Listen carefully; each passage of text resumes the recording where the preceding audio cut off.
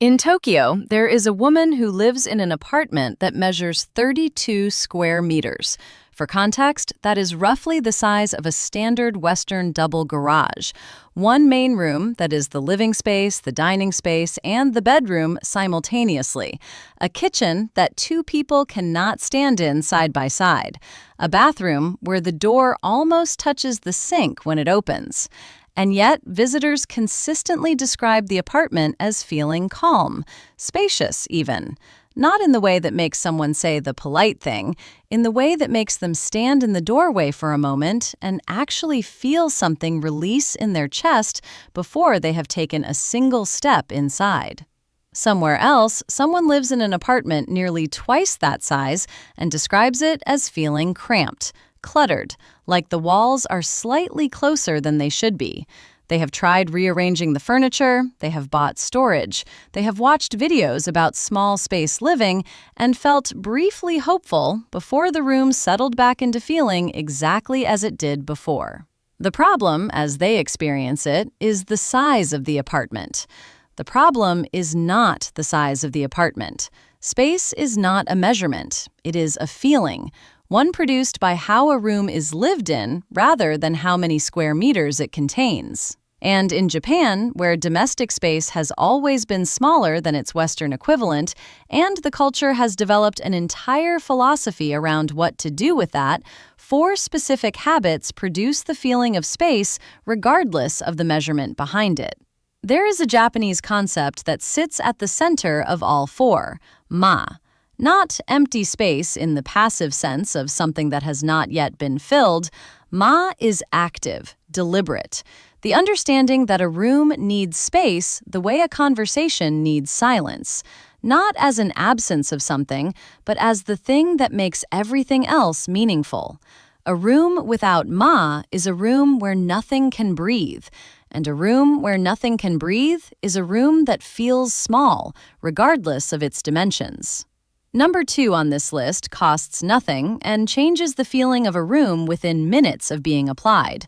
Number 4 has nothing to do with the room itself, and it is the one most people have never once connected to the feeling of space. The first habit is the floor. Look at the floor of the room you are in right now. How much of it can you see? In most Western rooms, the floor is the most occupied surface in the home. Furniture legs, bags, boxes, shoes, cables, the things that were put down temporarily and became permanent. And the floor is the primary surface the brain uses to calculate the size of a room. Not the walls, not the ceiling, the floor.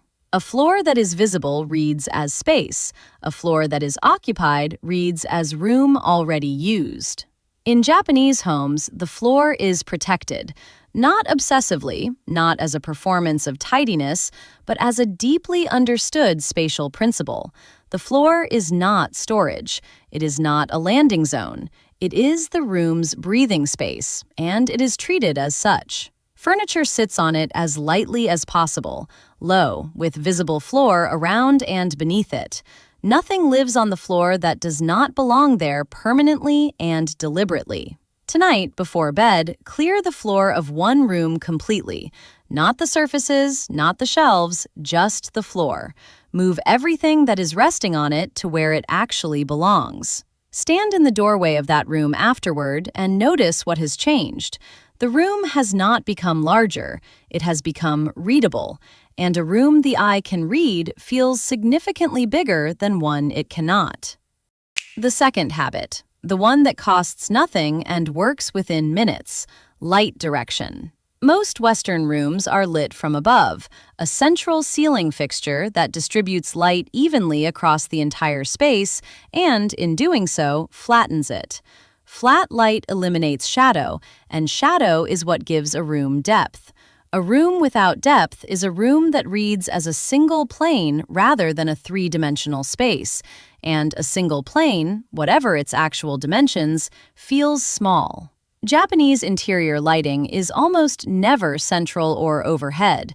It comes from the side, from low placement, from multiple small sources rather than one large one. The result is a room with areas of warmth and areas of gentle shadow, depth made visible through light.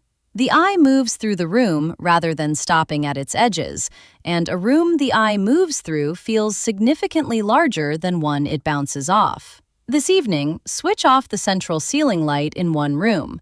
Replace it with 2 lamps placed at different heights on opposite sides of the space. Stand in the doorway. The room is the same size it was this morning. It will not feel that way.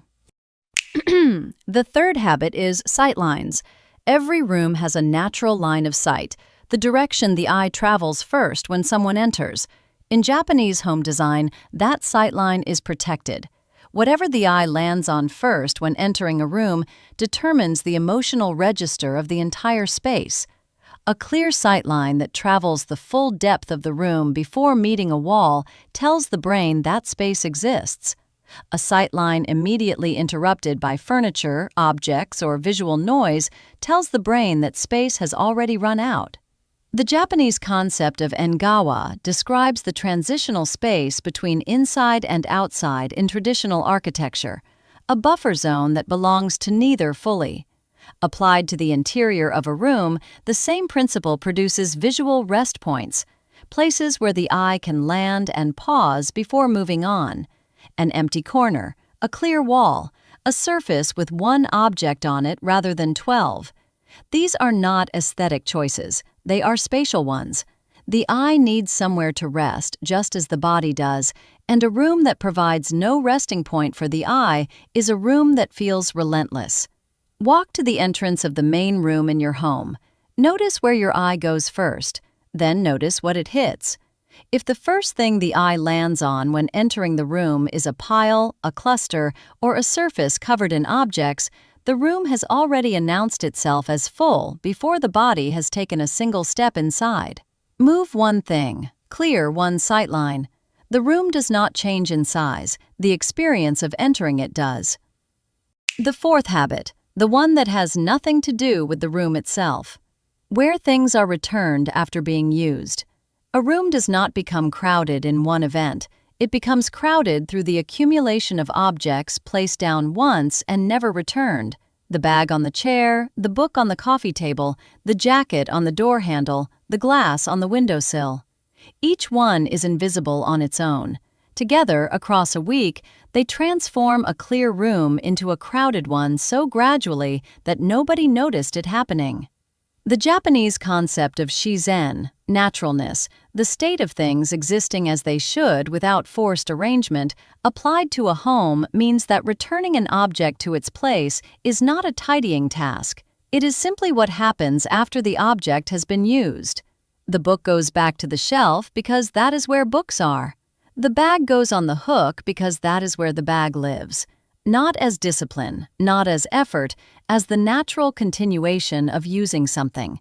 The room that feels small and crowded is almost never the room that started that way. It is the room that was gradually occupied by things that were not returned. And the room that consistently feels spacious is almost never larger than its neighbors. It is the room where everything that was used was returned before the day ended. Tonight, before sleep, walk through the home and return every object to where it belongs. Not clean, not reorganize, return. The bag, the book, the jacket, the glass. It takes 5 minutes. Tomorrow morning, the home will feel different before a single curtain has been opened or a single light switched on, because the room is the same room it was when the day began, rather than a room carrying everything the day left behind. 4 habits. No renovation required, no furniture purchased, no weekend project planned. The apartment in Tokyo is 32 square meters. The woman who lives in it has never once described it as small. Not because she has convinced herself otherwise, because the 4 habits she practices daily produce a room that genuinely does not feel that way. Which of these 4 are you trying tonight? Tell me in the comments. And if someone in your life has been saying their home feels too small for as long as you have known them, send this to them. The problem is almost certainly not the square footage. I will see you in the next one.